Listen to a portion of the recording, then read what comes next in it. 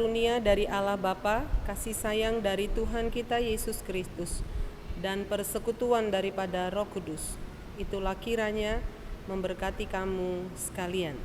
Amin.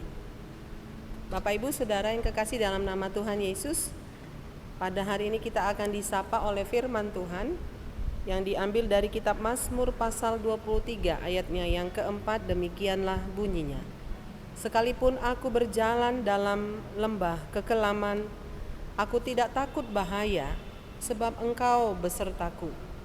Gadamu dan tongkatmu, itulah yang menghibur aku. Demikian bunyi daripada firman Tuhan. Saudara, ayat yang baru saya bacakan ini adalah merupakan nyanyian dari Daud, dan nyanyiannya begitu terkenal, di mana nyanyian Daud tentang gembala dan domba yang menggambarkan hubungan Allah dengan manusia. Seperti gembala, yaitu Allah yang selalu menjaga, melindungi, mencukupi setiap kebutuhan, dan bertanggung jawab atas kehidupan dombanya.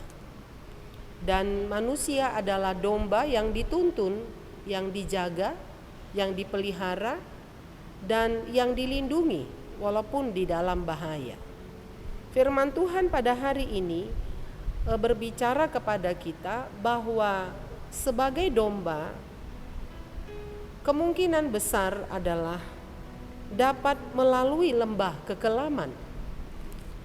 Pada zaman Daud, bahwa lembah kekelaman itu bisa mencapai 243 meter dalamnya, yang sangat gelap.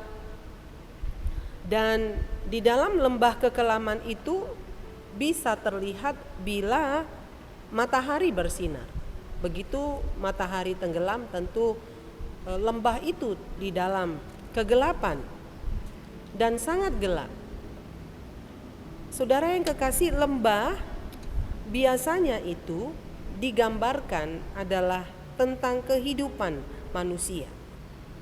Lembah itu adalah metafora masa-masa sulit, masa kegelapan yang dihadapi oleh manusia, keputusasaan, kekalahan, atau ketidakberdayaan. Dan beberapa catatan tentang lembah di sini adalah bahwa lembah itu bagian dari kehidupan manusia. Tidak bisa kita katakan bahwa kita bisa melewati hidup tanpa lembah. Dan lembah itu terjadi pada semua orang, baik anak-anak, remaja, pemuda-pemudi ataupun lansia. Karena tadi lembah itu metafora kesulitan, kekalahan, masalah penderitaan dan lain sebagainya. Dan lembah itu saudara tidak bisa kita prediksi berapa dalam lembah yang dimasuki oleh domba itu. Tetapi satu hal yang menghibur bahwa lembah itu hanyalah sementara.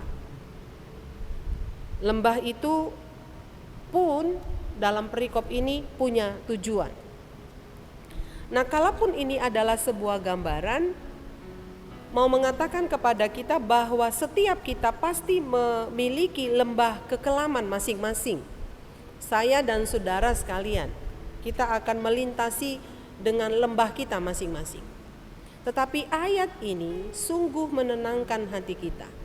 Ayat ini sungguh menjadi penghiburan bagi kita, setiap kita yang memiliki lembah-lembah kehidupan, melalui pengalaman dari Raja Daud, bahwasannya dia tidak takut akan bahaya yang terjadi di lembah itu. Demikian kita pada saat ini diingatkan kembali, jangan takut kepada lembah kekelaman, jangan takut akan bahaya. Karena apa? Karena kita yakin ada Tuhan yang menyertai kita. Ini saudara yang perlu kita pahami, bahwa Tuhan selalu menyertai umatnya. Kita adalah domba peliharaan Tuhan, yang dia tidak hanya mencukupi kebutuhan jasmani kita, tetapi dia juga adalah Tuhan yang menyertai kita di masa-masa sulit, di masa-masa banyak kita mengalami pergumulan. Karena itu inilah yang menjadi sukacita kita sebagai pengikut Tuhan.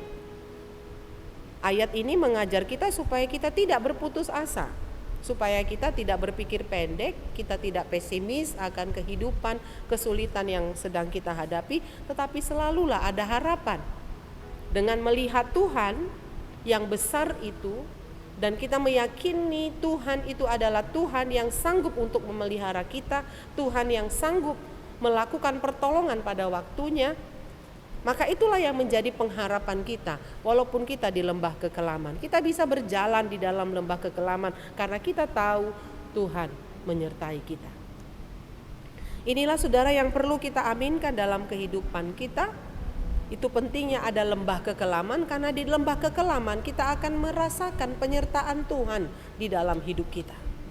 Di dalam lembah kekelaman, di sana kita bisa melihat kekuatan Tuhan bersama dengan kita. Tuhan melindungi kita. Pasti kita akan diangkat dari lembah kekelaman. Kemudian Dia akan menuntun kita kepada air tenang dan kepada air kehidupan. Saudara, di lembah kekelaman ada dua alat yang selalu digunakan oleh gembala, yaitu gada dan tongkat. Alat untuk menuntun domba itu ke jalan yang benar. Tanpa alat itu maka domba tidak bisa berjalan menuju kepada jalan yang terang dan benar. Karena itu sebagai orang-orang percaya, kita memiliki gada dan tongkat. Dan gada dan tongkat itulah yang menghibur kita, karena walaupun kita di lembah kekelaman, kita dituntun oleh gada dan tongkat itu. Apakah gada dan tongkat itu? Gada tongkat itu adalah bicara tentang firman Tuhan. Firman Tuhanlah yang menuntun kita ke jalan yang benar.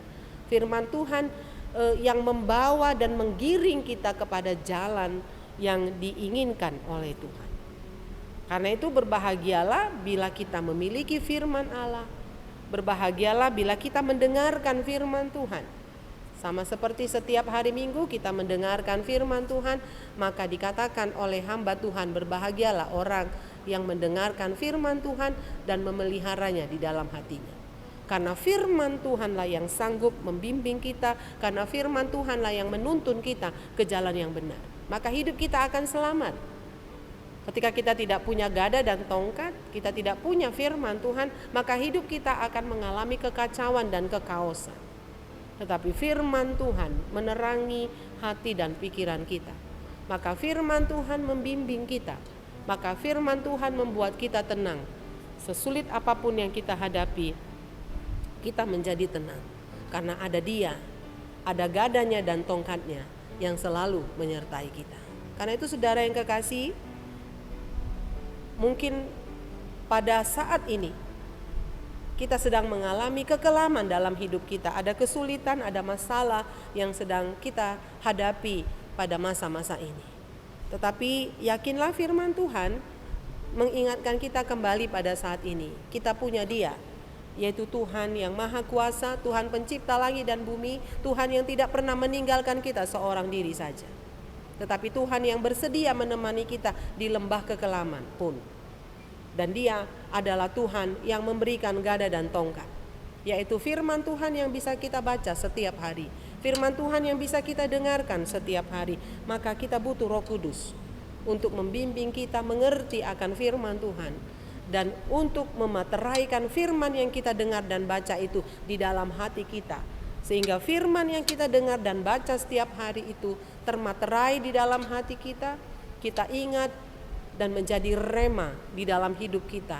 Dan kita beriman atas firman itu, dan firman itu bukan hanya sekedar perkataan biasa, tetapi firman yang kita dengar, firman yang keluar dari setiap pemberita-pemberita firman Tuhan itu berkuasa untuk menolong kita, untuk menuntun kita ke dalam kebenaran, berkuasa untuk menghibur kita di kala kita susah, dan berkuasa untuk memberikan kekuatan kepada kita di saat kita lemah. Karena itu firman Tuhan adalah Tuhan sendiri yang hadir bersama-sama dalam hidup kita, baik di jalan yang terang maupun di jalan yang gelap.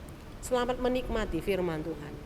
dan selamat menikmati berjalan bersama dengan Tuhan, kendati pun kita di dalam kekelaman. Amin.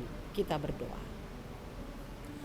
Kami bersyukur Tuhan baik, yang tidak membiarkan kami seorang diri saja ketika kami pun berjalan dalam kekelaman.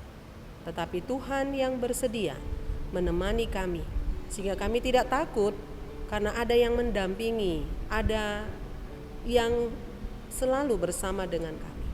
Kami tidak seorang diri menghadapi kesulitan-kesulitan kami, karena kami tahu ada yang maha kuasa, ada yang maha pengasih dan penyayang, yang bersedia melindungi kami kapanpun dan dimanapun, menjagai kami sehingga kami tidak jatuh ke dalam kekelaman, tetapi kami diselamatkan oleh Tuhan.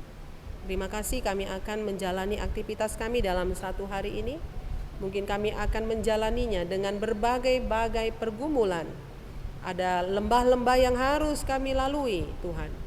Tapi kami percaya ada Tuhan menyertai kami. Sertai anak-anak Tuhan, mulai dari yang terkecil hingga para lansia, menjalani lembah-lembah itu. Kami tidak takut bahaya.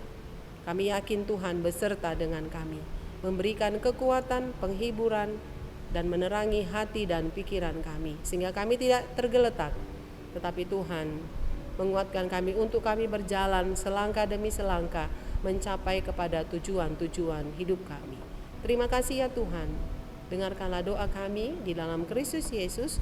Kami berdoa dan mengucap syukur. Amin. Shalom, selamat pagi, selamat kita beraktivitas. Nama Tuhan ditinggikan dan dimuliakan.